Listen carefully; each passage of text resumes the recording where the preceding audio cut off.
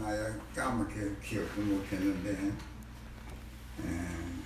오늘 읽은 이 성경이 지난번 본문에도 설정되었던 말씀입니다. 제가 1977년도에 서울로 이사를 왔습니다. 제가 따져보니까 41년 됐더라고요. 지금이 18년이니까 77년도에 이사를 왔으니까 41년이 됐어요. 강산이 4번이나 변했습니다.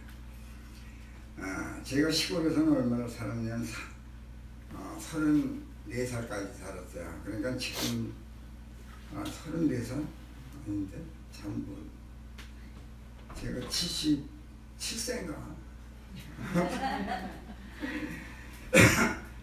그렇게 살면서 결혼도 하고 애도 삼남매를 키우던 그 고향을 떠나서 서울로 이사를 왔죠.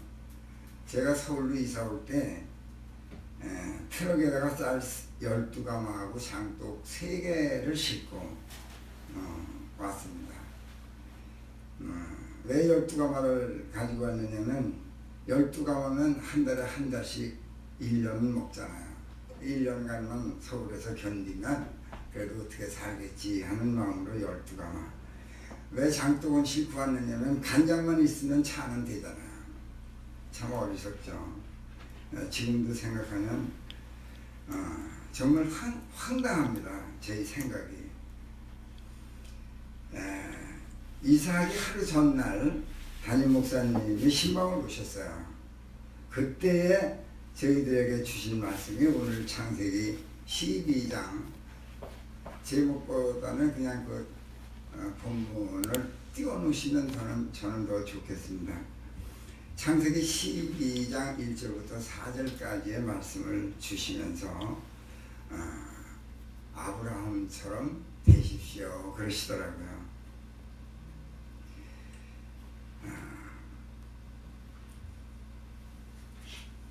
애들 셋 낳을 때까지 다른 곳은 한 번도 가보지 못했던 저희가 이제 서울로 이사 간다고 하는 것은 큰 모험이고 저희들에게는 정말로 두렵고 떨리는 그러한 일이었습니다. 사남매를 키우는 가난한 과부의 아들로 태어난 저는 시골에서 아무런 별 그냥 이상도 없고 소망도 없고 희망도 없이 그냥 무의미하게 살았는데 어느 날 하나님께서 저를 부르셨고 그런 나에게 하나님께서 새로운 포부와 꿈을 심어주시고 그 하나님의 꿈을 하나님께서 주신 그 꿈을 이루기 위해서 저는 서울로 이사를 했습니다. 하나님의 일을 하기 위해서 서울로 온다고는 하지만은 배운 것도 없고 특별한 기술도 없는 제가 눈이 있어도 코를 베어간다는 세상에 와서 어떻게 적응할까? 저는 그때 그 시절을 생각하면 지금도 머리가 하얘져요. 그리고 가슴이 울렁거리고 가슴이 답답합니다. 오늘 이 본문 말씀은 아브라함을 하나님께서 부르시면서 아브라함에게 주신 말씀입니다. 근데 그때 그 말씀을 목사님께서 저에게 하실 때에 이 말씀이 내게 적용을 하면 내가 적용을 하면 하나님께서 주신 말씀으로 나도 축복을 받지 않을까 하는 생각으로 큰 힘을 얻고 서울로 오게 되었습니다.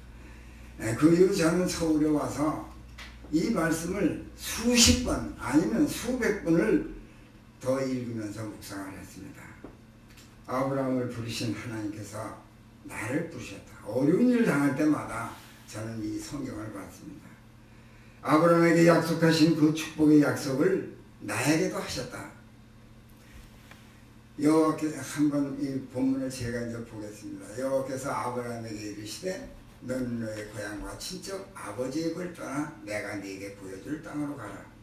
저한테 딱 맞는 아주 말씀이었어요. 이사를 가는 목사님들이 많이 이 성경을 인용을 하고 도와주실 것 같아요. 그런데 저는 그때 정말 이 말씀이 나에게 주신 하나님의 말씀이다 이렇게 생각을 하고 2절에 보면은 내가 너로 큰 민족을 이루고 내게 복을 주어 내 이름을 창대하게 하리니 너는 복이 되리라. 저는 이것은 그때는 미처 몰랐는데요. 그 3절 보면 저는 여기가 좋았습니다.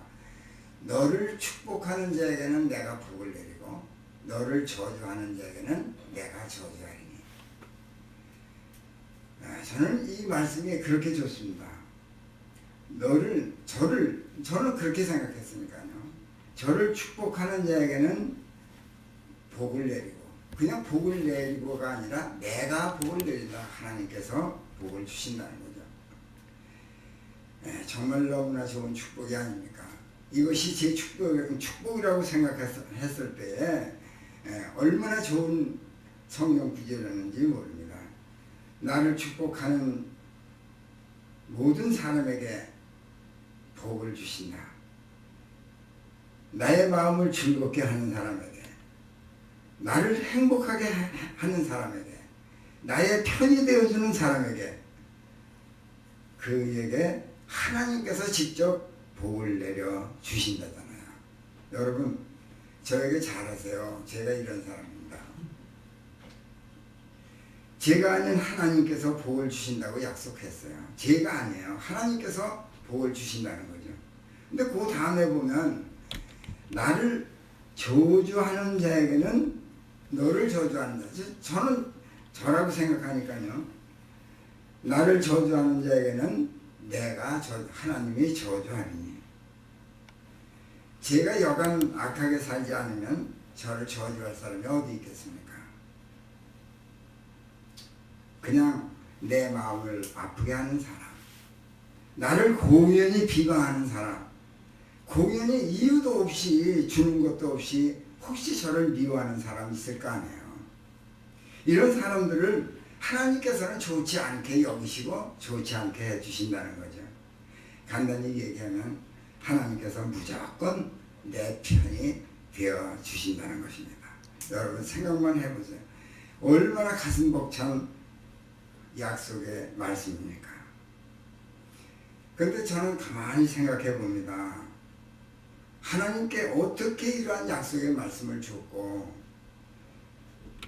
아브라함은 하나님이 약속한 이 약속의 축복을 받았을까? 아브라함이 하나님의 이 놀라운 축복을 받고 약속을 받을 수 있었던 것은 순종이라고 하는 두 단어가 아닌가 그렇게 생각을 합니다.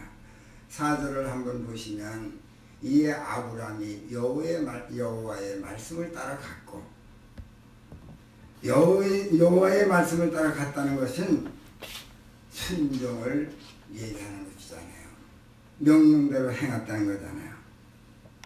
아브라함이 여호와의 말씀을 따라갔을 때에 그의 인생의 시작은 다시 시작되었고,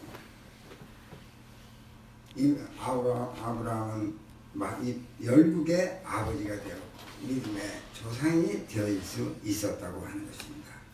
우리는 꼭 알아야 됩니다. 모든 축복은 순종에서 시작된다고 하는 것을 우리는 기억해야 될 줄로 아는 것입니다. 믿음이 없이는 순종도 없습니다. 순종이 없이는 믿음도 없다는 것이죠.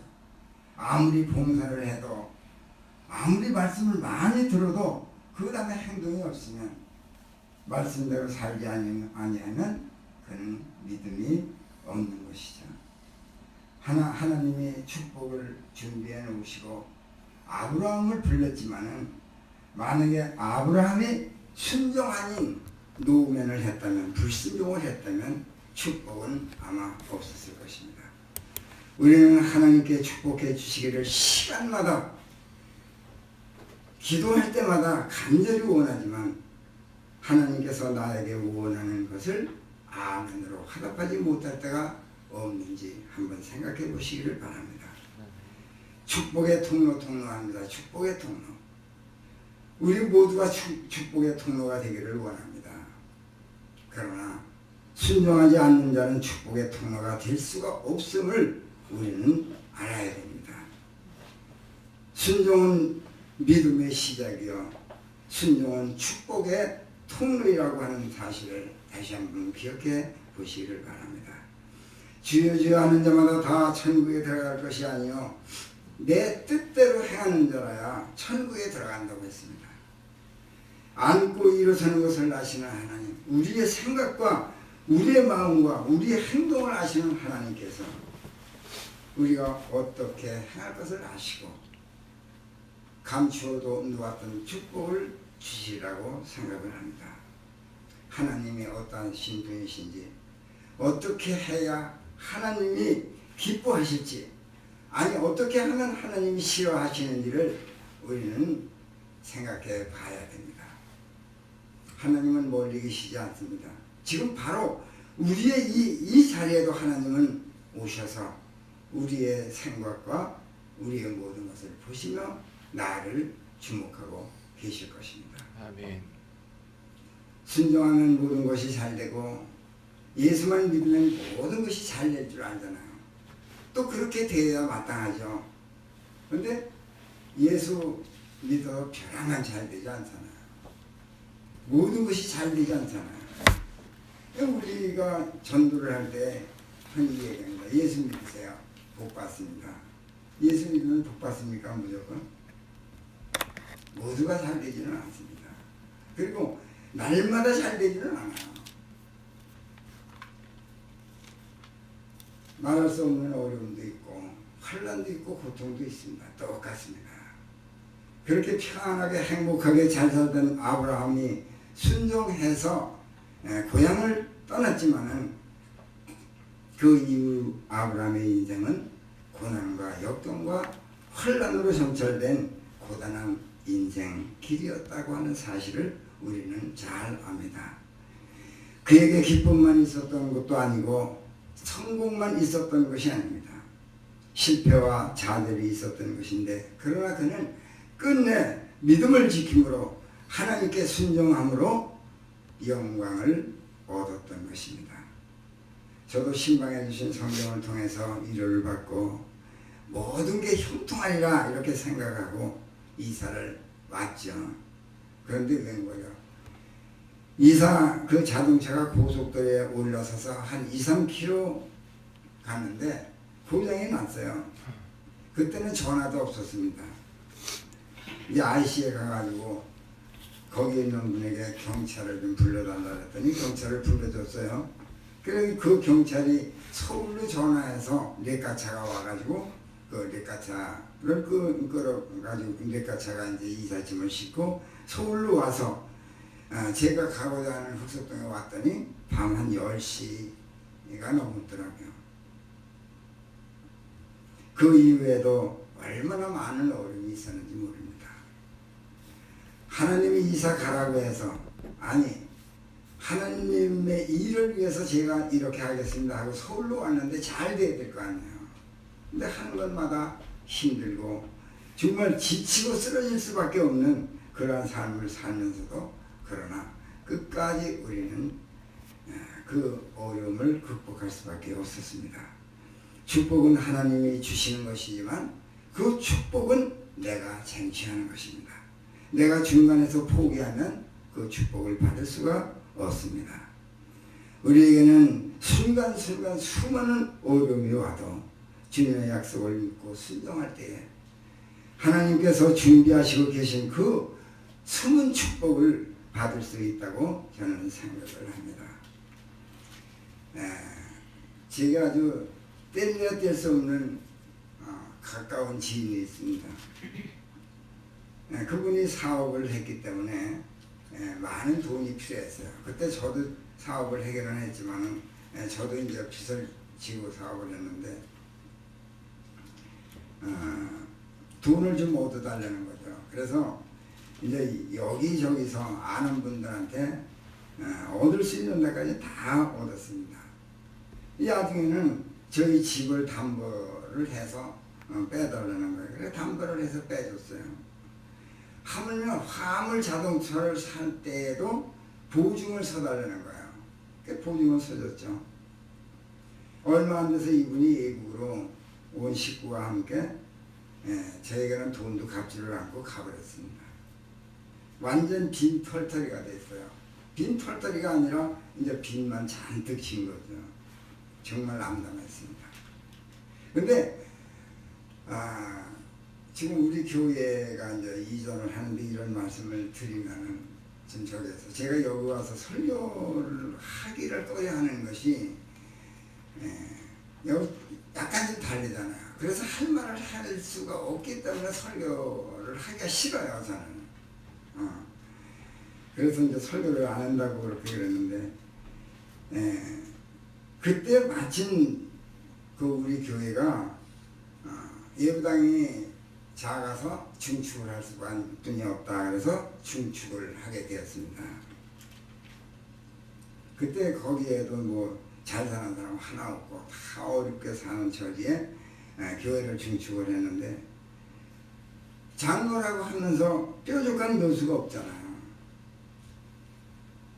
그래서 저는 하나님께 기도했습니다. 하나님 어떻게 하면 좋겠습니까? 하나님의 손을 꼭 잡고 물었습니다. 근데 하나님께서 아무 대답도 안 하시는 거예요. 걔 너 이렇게 해라 그런 게 아니라, 그러나 저는 하나님께 의탁할 수밖에 없었죠.